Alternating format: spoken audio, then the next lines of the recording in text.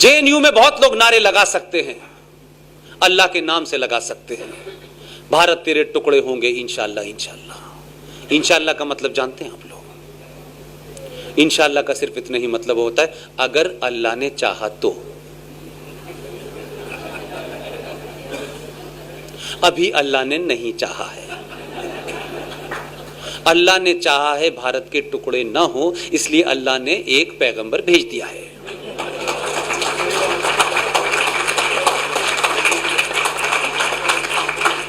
लिहाजा बहाना कोई भी हो सकता है। यह बिल बहाना है आपका। आपकी प्रॉब्लम कुछ और है, आपको दर्द कहीं है, बता कहीं रहे हैं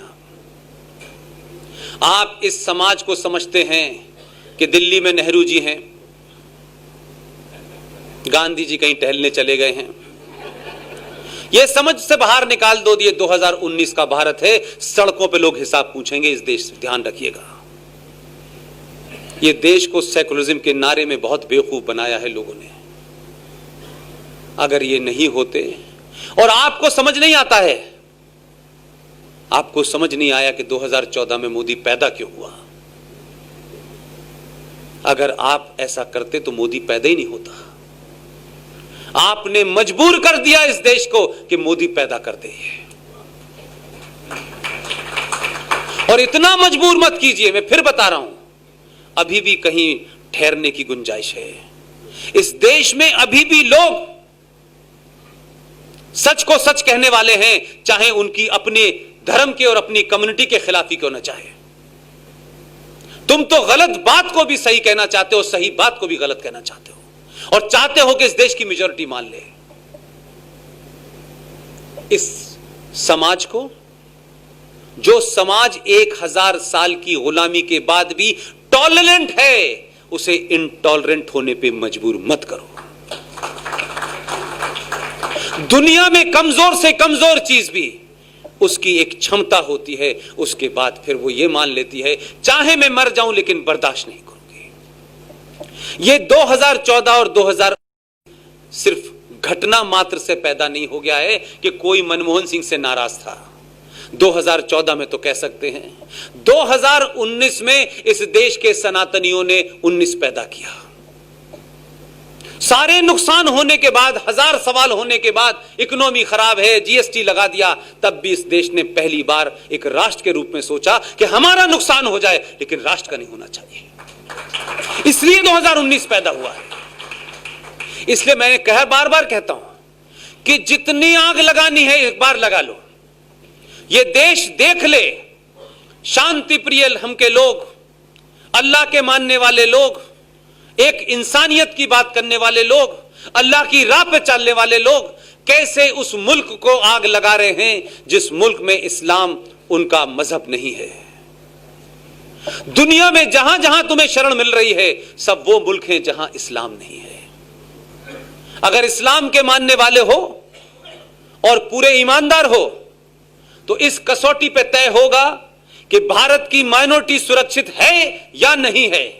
हमने तय करा कि पाकिस्तान में माइनॉरिटी सुरक्षित नहीं है, और हमने सिर्फ हिंदू को नहीं, हमने तो क्रिश्चियन तक को दावत दी है कि आप आ जाएं हमारे। और जो हमारे यहां वैलिड डॉक्यूमेंट के साथ आया है, उसके डॉक्यूमेंट एक्सपायर हो गए हो, यह अलग बात है, लेकिन बॉर्डर से छुप के और अंदर से घुस के नहीं आया। इसलिए घुसपैठिए में और शरणार्थी में फर्क है। दोनों को एक तराजू में मत तोलो। अगर ईमानदार हो, अगर हामिद अंसारी नामर्दूद, एक बेहया बेशरम आदमी जिसने इस मुल्क के साथ अपने पद पे बैठे हुए गद्दारी की है, उसके बारे में कम पता है आप लोगों को। ईरान में वो भारत का एम्बेसडर था। छोटी मोटी गद्दारी नहीं है, लेकिन इस देश के सेकुलर निजाम में किसी मुसलमान की गद्दारी को गद्दारी कहना सेकुलरिज्म को गाली देना माना जाता है। उस शख्स ने अपने रहते हुए आपकी फॉरेन खुफिया एजेंसी के 3 लोगों की पहचान को उजागर कर दिया, जिसने ईरान के नेशनल गार्ड ने रात में हत्या कर दी उनकी। इसके ऊपर कोई एक्शन नहीं हुआ, क्योंकि एक्शन होगा तो कहा जाएगा मुसलमान यहां खतरे में है। यह ब्लैकमेलिंग बंद करो। यह समाज अब ब्लैकमेल नहीं होगा। अगर यहां का मुसलमान ईमानदार है, ये जो जावेद अख्तर है, ये फरहान है, ये उनकी पत्नी है और कई बावले घूम रहे हैं इस देश में, और आपके यहां जो समय समय पे जिन्हें डर रखता है, उनसे कहिए चौराहे पे खड़े होकर के कि अगर ईमानदार हो और भारत में मुसलमान सुरक्षित नहीं है और भारत के मुसलमान को यहां की मेजॉरिटी से डर लगता है, तो मैं तो कहता हूं डर लगना चाहिए, लगना चाहिए।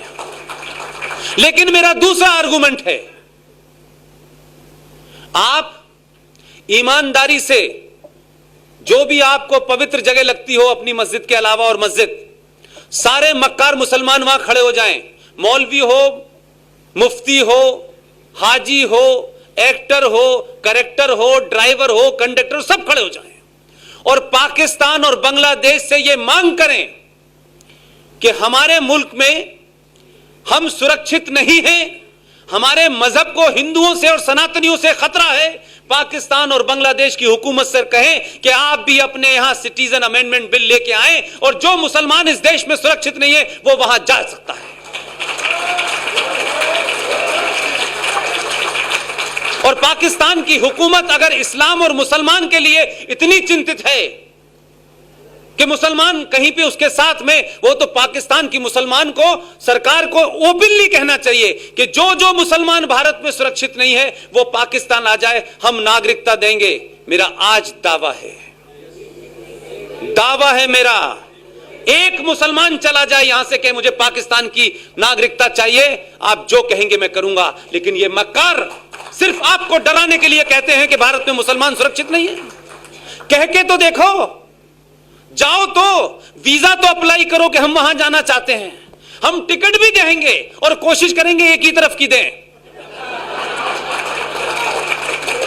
ईमानदार तो बनो। तुम मस्जिद के बाहर जुमे का इस्तेमाल इसलिए करते हो कि जुमे का मुकद्दस दिन होता है, उसमें ज्यादा तादाद में मुसलमान नमाज पढ़ते हैं और नमाज में तराबियां और आयतें भी लंबी पढ़ी जाती हैं, लिहाजा तुम उस मूवमेंट का इस्तेमाल करके, क्योंकि भीड़ ज्यादा होगी तो जामा मस्जिद का दिन कोई भी बंद की कोशिश करते हो, कोई भी बंद की कॉल देते हो तो जुमे को इसलिए देते हो कि मुसलमान होंगे, और खुतबे में मौलवी जो तुमको जहर बोलता है उसको तुम पिलाते हो। हिम्मत नहीं है तुम्हारे अंदर, मस्जिदों का इस्तेमाल करते हो तुम भारत सरकार के खिलाफ। तुमने कश्मीर में यह किया और आज जिस तरीके के नारे लगे हैं जामा मस्जिद से बाहर और कहते हैं हम ईमान वाले हैं। ईमान वाले बहुत कम पैदा हुए हैं तुम्हारे अंदर, और माफ करना, जो ईमान वाले हुए हैं वो भी हमारी वजह से पैदा हुए हैं, हमारी वजह से पैदा हुए हैं। हमने उनके ईमान को डिगने नहीं दिया और तुम जैसे लोग डिगाना चाहते थे उनसे भी बचा के रखा। इसीलिए हम अब्दुल कलाम तो पैदा कर सकते हैं, लेकिन तुम अगर पैदा करोगे तो अफजल गुरी करोगे। लिहाजा तुम्हारे अंदर क्षमता है अफजल गुरु और याकूब मेमन पैदा करने की, हमारे अंदर क्षमता है एपीजे अब्दुल कलाम पैदा करने की, हमारे अंदर क्षमता है कि हम एएच अहमदी पैदा कर सकते हैं। यह सिर्फ हमारे साथ रहने का कारण है। 1000 साल से तुम हमारे साथ हो, इस सब के बावजूद भी कि हमारे दादा परदादा माओ बहनों को आपने लूटा मारा, उसके बावजूद भी हम नहीं बदले। अगर हम बदल गए, हम सनातनी हो गए जिस वक्त, तो AK-56 लेके भाग जाओगे तुम। ध्यान रखना इस बात का। इसलिए इस टॉलरेंट समाज को, अहिंसक समाज को, इसको हिंसक मत बनाओ, यह तुम्हारी जिम्मेदारी है। दुनिया में आतंकवाद जहां जहां सफल हुआ है वो मेजॉरिटी आतंकवाद सफल हुआ है, चाहे पंजाब में सिखों ने किया हो, चाहे कश्मीर में मुसलमान कर रहे हो। इस देश की मेजॉरिटी में अगर 1% लोग दीवाने हो गए तो 15 मिनट का टाइम नहीं मांगोगे। हम बार बार कह रहे हैं, हम इग्नोर कर रहे हैं, तुम हमारी इग्नोरेंस को हमारी कायरता समझ रहे हो। तुम्हें देश का प्रधानमंत्री खड़े होकर एश्योरेंस दे रहा है कि इसमें तुम्हारी नागरिकता नहीं ली जाएगी, लेकिन तुम उसको पागल समझ रहे हो।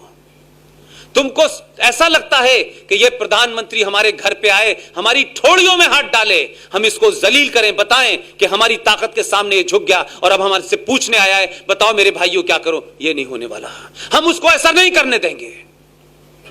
वो देश का प्रधानमंत्री है, तुम्हारा गुलाम नहीं है।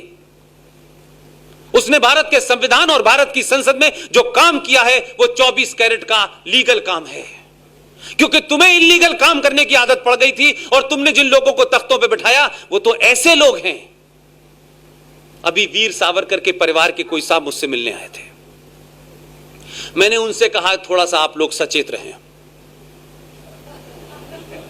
पहले फर्जी नाम लिया गांधी का, जब गांधी के नाम से सत्ता मिल रही थी तब तक गांधी अच्छा था।